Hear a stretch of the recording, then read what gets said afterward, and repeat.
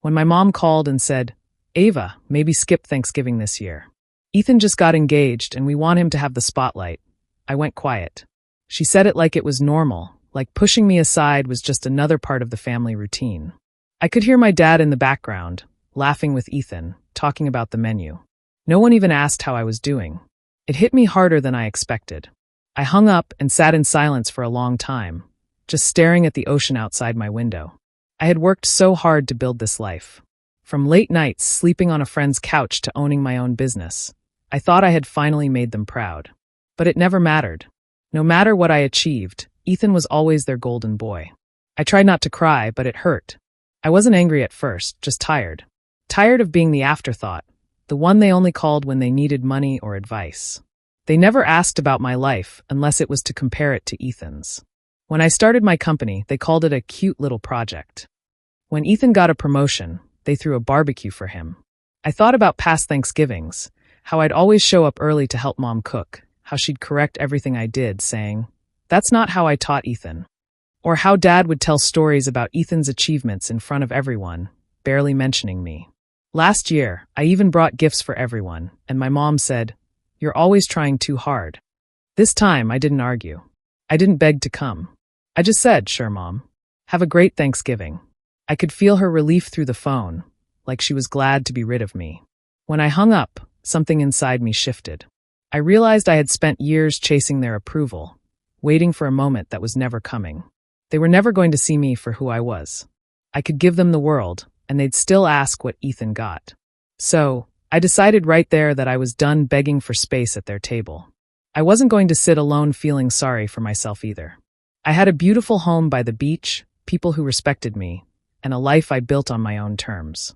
I started to think, what if I turned this rejection into something better? What if I made my own Thanksgiving, one that didn't hurt to attend? That thought gave me a spark of energy I hadn't felt in years.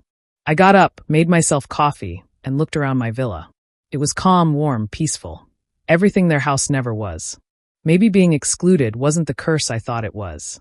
Maybe it was freedom. And that's when I decided, if they didn't want me at their table, I'd make sure they knew what it felt like to be the ones left out. Growing up, I learned early that love in my family came with conditions.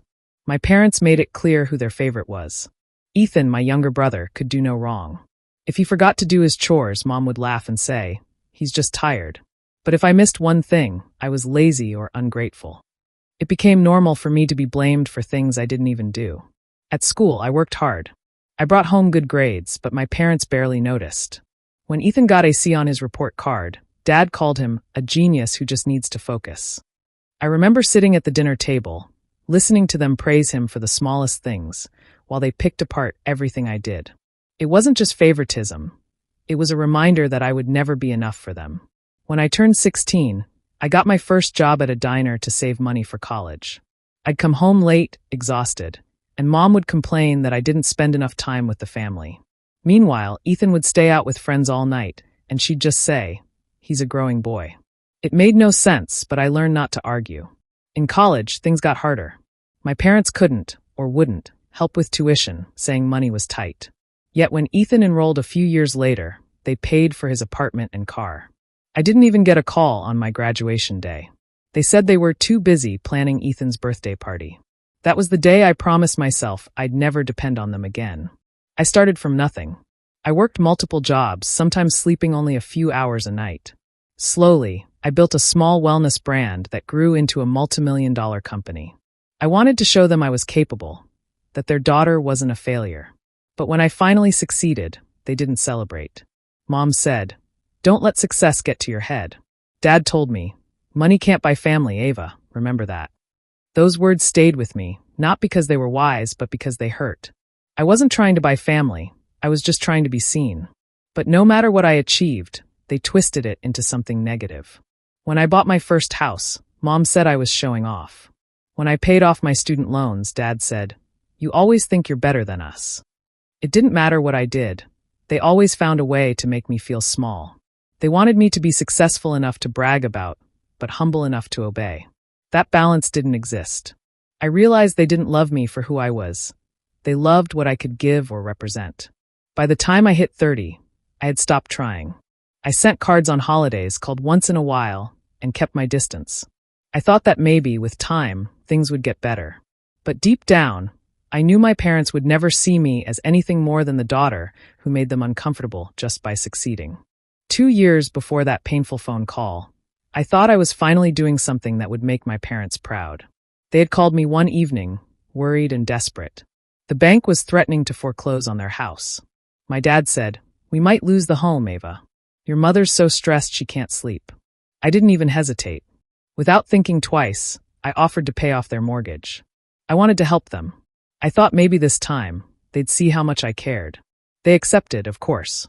Mom cried on the phone, thanking me again and again. For the first time in years, I felt like their daughter, not the outsider, not the disappointment. I sent the money directly to clear the debt, feeling a quiet relief that I could finally give back to them. For a short while, things between us felt lighter. They called more often. Dad even said he was proud of me. I let myself believe things had finally changed. A few months later, everything fell apart. I was visiting for a weekend when I overheard Ethan talking to a friend about his house. At first, I thought he was joking, but when I asked what he meant, he looked surprised and said, "Mom and Dad signed it over to me. Didn't they tell you?" My stomach dropped. I confronted my parents immediately, and Mom just smiled nervously, saying, "You don't need to worry about that, Ava. Ethan's starting a family soon. He needs stability." I couldn't believe what I was hearing. I had paid off their entire mortgage, and they gave the deed to Ethan like it was nothing. No discussion, no warning, no thank you. Just another example of how my efforts never counted. I stood there, shaking, and asked, "Do you even understand what you've done?" Dad looked at me coldly and said, "You're overreacting. You have plenty of money. This house means more to your brother than it does to you." That cut deeper than anything they had ever said before. It wasn't about the money.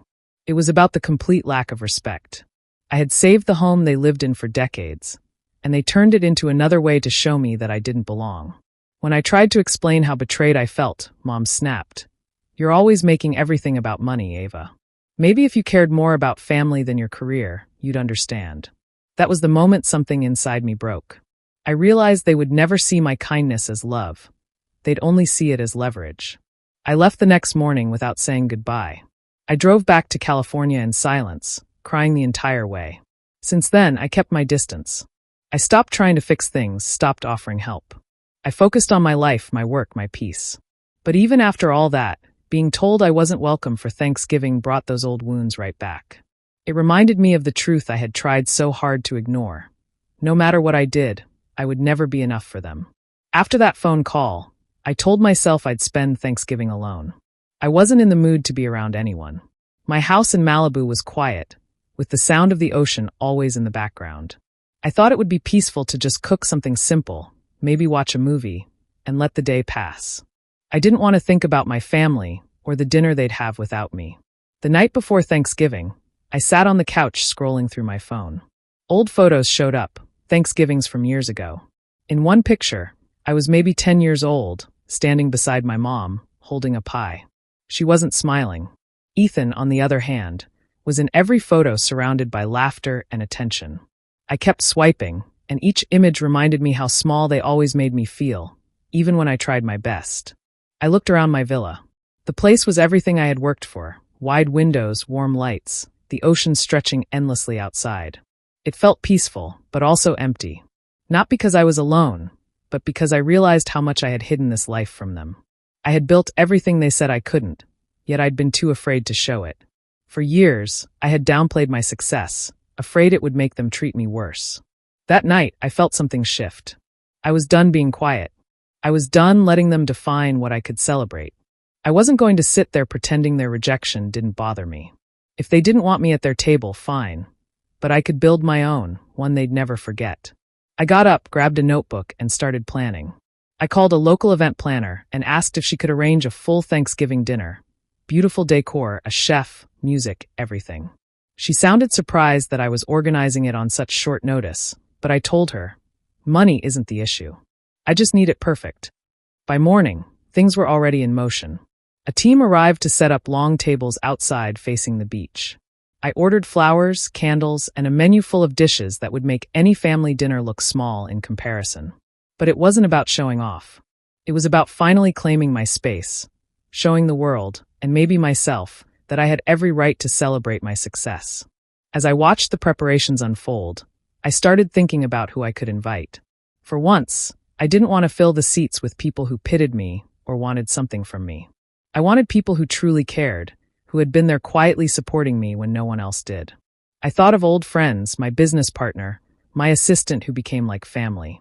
By the time the sun began to set that evening, the villa looked magical.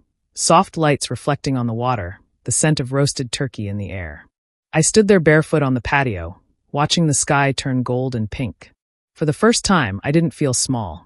I didn't feel unwanted. I felt powerful. And deep down, I knew this Thanksgiving wasn't just about peace anymore. It was about showing everyone, especially my family, that I was no longer the forgotten one. Once the decorations were done and the tables were set, I sat down with my laptop and began writing a list of names. I didn't plan to invite my parents or Ethan, not after everything that had happened. But there were other people who had been part of my life, relatives, old neighbors, and family friends who had once looked down on me when I struggled. I remembered how they used to whisper, calling me too proud for leaving Ohio. Some said I'd never last in California. Well, I had lasted. And now, I wanted them to see the life I had built. I opened my email and typed out a simple message. Hi everyone. This Thanksgiving, I'd love for you to join me at my home in Malibu for dinner by the beach. No expectations, just gratitude, good food, and good company. I attached a few photos of the table set up by the ocean and hit send. It wasn't meant to show off. It was an open invitation to anyone who had ever doubted me to see that I had made it without bitterness or apology. At first, I didn't think much of it.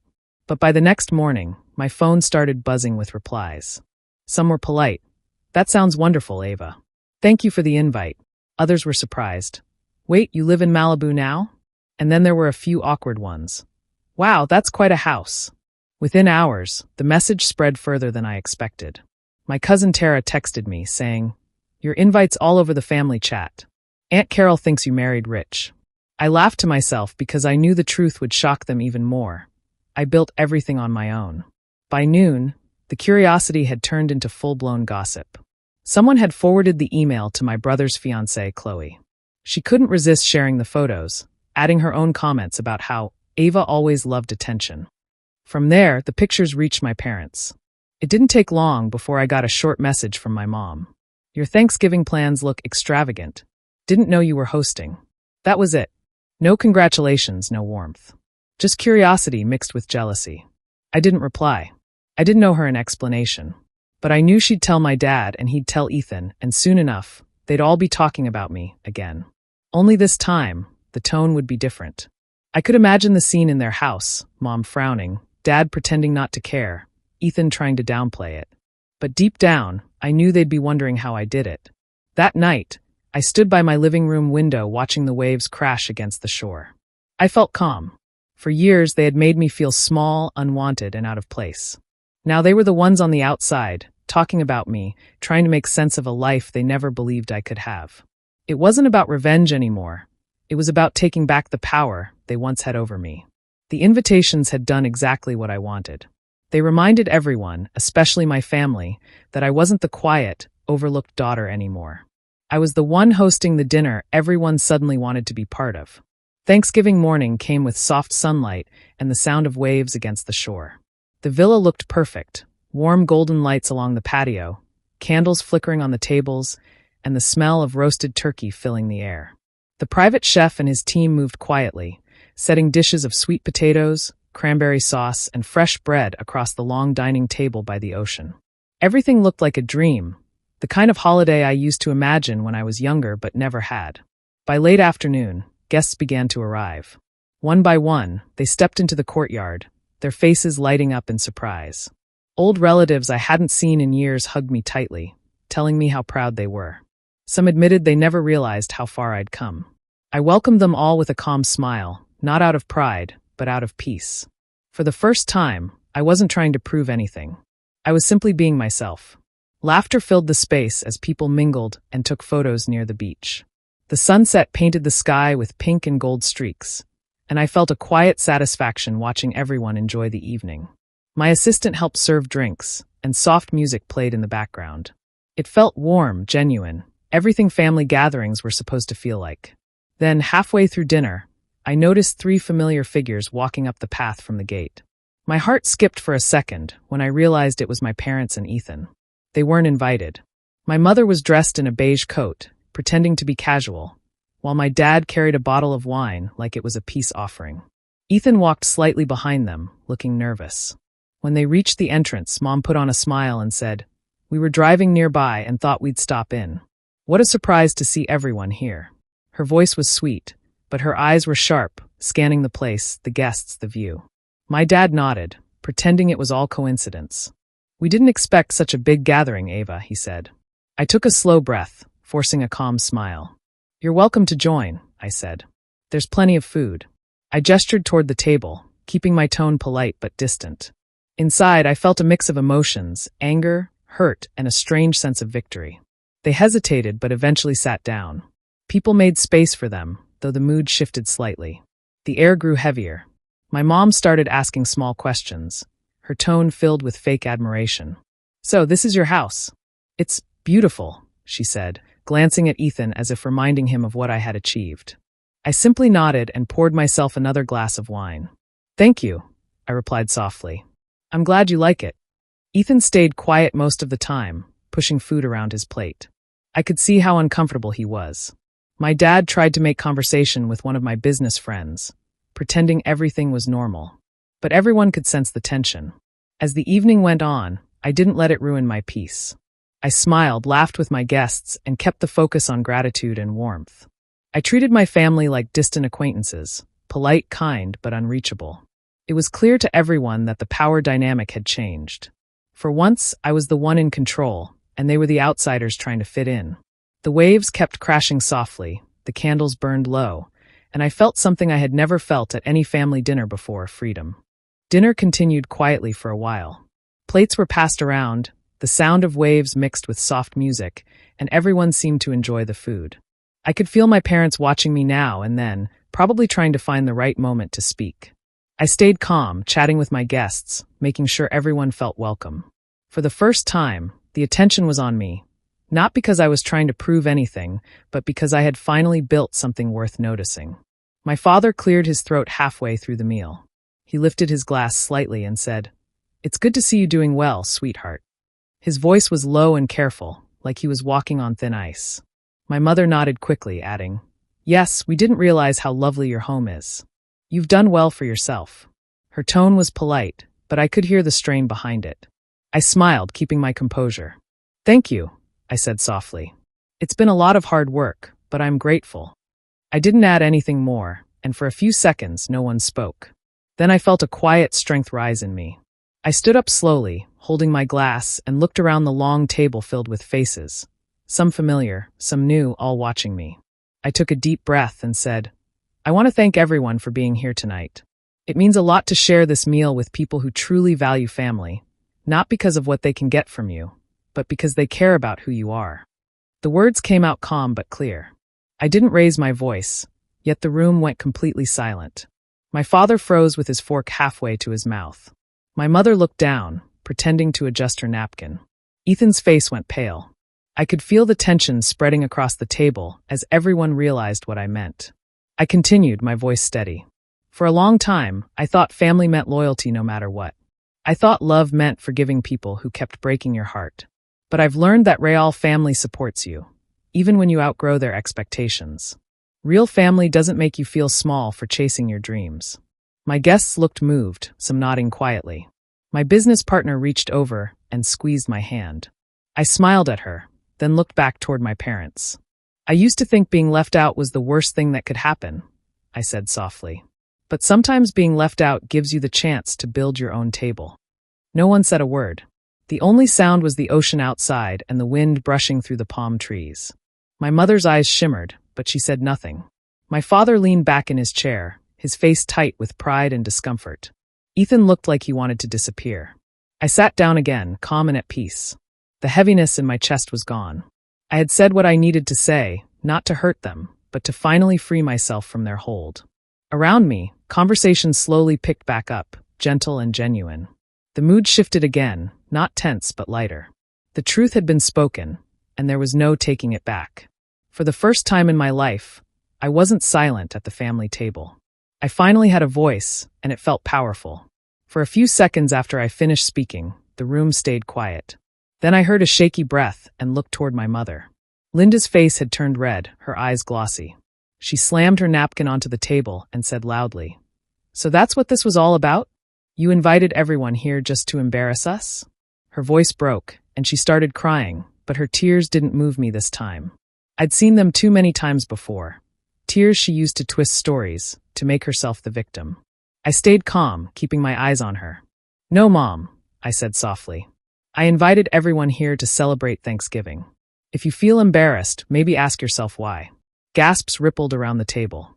My father shifted in his seat, looking angry but trying to stay composed. "Ava, this is not the time or place," he said through gritted teeth.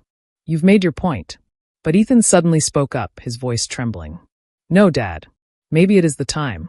Everyone turned toward him. His hands were shaking as he pointed at our parents. "You two don't get to play innocent.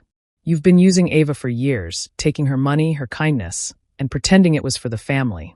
Mom's head snapped toward him. "Ethan, stop it right now," she hissed, but he didn't. His eyes darted toward me, filled with guilt. "She deserves to know everything," he said quietly. "The mortgage wasn't the only thing. You used her money to pay off my credit card debt. You told her it was for house repairs." The table went silent again. My father's face drained of color. "That's enough," he barked. But Ethan kept talking, his words spilling out faster. "You made me lie to her, Dad. You said she wouldn't understand, that she had more than enough. You said it was just family helping family." I sat there, still and quiet. I had suspected something like this, but hearing it confirmed in front of everyone felt both painful and freeing. The people around the table looked shocked, some whispering, others staring at my parents with disbelief. My mother wiped her tears angrily. "We did what we had to do. She's rich. She wouldn't even miss the money." Her voice cracked. "All we wanted was to keep this family together, but you—" I raised my hand slightly to stop her. My voice was calm but firm. "You didn't want family, Mom. You wanted control. And when I stopped letting you use me, you decided I didn't belong anymore." I stood then, looking straight at both of them. "You told me I wasn't welcome at your table," I said quietly. "So I built my own." The room stayed frozen. My mother's crying turned into silence. My father's shoulders slumped. Ethan just stared down at his plate, ashamed. No one tried to defend them anymore. The truth was too clear. I looked around at the people who had come, people who had seen the real me that my parents never cared to know. "This dinner wasn't meant to hurt anyone," I said, my voice softer now. "It was meant to remind me that I deserve peace." With that, I sat down again and lifted my glass. The guests followed, raising theirs quietly in support. The tension slowly faded, replaced by something stronger, respect. My parents didn't say another word for the rest of the evening. They stayed seated for a few minutes, then quietly got up and left without a goodbye. Watching them walk away, I didn't feel pain. I felt release. After her parents left that night, the atmosphere in the villa slowly eased. The guests began talking again, softer now, with warmth in their voices. A few relatives came over to hug Ava. One of her aunts, who had always stayed quiet during family arguments, held her hand and said, "You did the right thing, dear. You've carried too much for too long." Others nodded in agreement, their faces filled with respect. For the first time, Ava didn't feel the need to defend herself or explain anything. People finally saw what she had been through. They understood that her silence all these years wasn't arrogance, it was survival. After the dinner ended, guests thanked her for inviting them and left with kind words. Some even apologized for believing the wrong stories in the past. As the last car drove away, Ava stood by the window, watching the reflection of the moon on the waves. Her house was quiet again, but it wasn't lonely. It felt peaceful. Her parents didn't call or text. Neither did Ethan. The next morning, news started to spread through the extended family about what had happened. Some people said they had never seen Mr. and Mrs. Taylor look so ashamed. They had left in silence, unable to face anyone. A few days later, Ava received a message from Chloe, Ethan's fiancée. It was short but honest. Chloe wrote, "I had no idea what they did to you. I can't marry someone who could treat his own sister that way. I'm sorry." Ava stared at the message for a moment, then simply replied, "Thank you for being honest." She didn't feel joy at Ethan's loss. just relief that the truth was finally catching up with everyone. Ethan didn't reach out either, but she heard through a cousin that he had moved out of their parents' house and was living alone. It seemed like he was finally facing the consequences of his choices. For once, Ava didn't feel responsible for fixing anyone's mess. She just let things unfold as they should. Each day after that dinner, Ava felt lighter. The weight she had carried for years, the guilt, the frustration, the need to prove herself, was gone. She realized she didn't need their approval to feel whole. Her success, her peace, her happiness, they were hers alone, earned through her own strength and persistence. She spent the following weekend walking along the beach, barefoot, with the sea breeze brushing against her face. She thought about the years she had begged for love that was never given, and how strange it felt to finally stop begging. She didn't hate her family. She just didn't belong to their version of love anymore. That Thanksgiving had started as a plan for a quiet dinner, but turned into the moment she reclaimed herself. Her parents' silence was not punishment, it was freedom. For the first time, Ava could breathe without feeling watched or judged. As she stood on the sand, watching the sunset paint the sky gold, she smiled softly. She hadn't needed revenge after all. The truth had spoken for her, and that was enough. 1 year later, Thanksgiving arrived again, and Ava woke up to the sound of the waves crashing softly outside her villa. The air was warm, the sky bright and peaceful. This time, the day didn't bring any anxiety or sadness. It felt different, lighter, calmer. She smiled to herself as she brewed coffee and looked out at the ocean, realizing how much her life had changed in just a year. Her dining room was filled with laughter and the smell of roasted turkey. Around her table sat people who truly cared for her, her closest friends, her business partner, and even a few kind neighbors who had become like family. They weren't connected by blood, but by kindness, respect, and shared stories. They appreciated her not for what she had, but for who she was. As they passed dishes around and shared what they were thankful for, Ava listened quietly. Her friend Jenna said, "I'm thankful for people who remind us that peace comes from letting go." Everyone nodded, and Ava felt her heart warm. She didn't need to make any grand speeches this time. The peace in her heart spoke for itself. When the meal ended, Ava walked out to the terrace with a glass of wine. The ocean shimmered gold under the setting sun, and the sky turned soft shades of pink and orange. She leaned on the railing, breathing in the salty air. For a moment, memories of her family crossed her mind. Her mother's sharp tone, her father's dismissive words, Ethan's constant favoritism. But instead of pain, she felt gratitude. She whispered softly, "Thank you for shutting me out. You gave me the space to build my own world." That sentence had been growing inside her for months, and finally saying it out loud felt freeing. They had pushed her away thinking it would hurt her. But instead, it gave her room to grow into her best self. Their rejection had been her beginning. As the evening grew darker, candles flickered along the table. Music played in the background, and everyone was laughing again. Ava realized this was what family should feel like, safe, joyful, and honest. She didn't need to keep proving her worth to anyone anymore. She had once thought success would heal her wounds, but now she knew peace came from acceptance. She had learned that forgiveness didn't mean letting people back in. It meant freeing herself from the bitterness they caused. She had stopped chasing approval and started choosing peace instead. Later that night, as everyone left, Ava stood by the door, saying goodbye with a genuine smile. When the last car drove away, she looked around her quiet villa and felt content. The same silence that once felt heavy now felt comforting. She walked back to the terrace barefoot, feeling the cool tiles under her feet. The moonlight shimmered across the water, and she smiled to herself. Life wasn't perfect, but it was hers, built on truth, peace, and strength. For the first time, she felt completely at home, surrounded by the love she created on her own terms.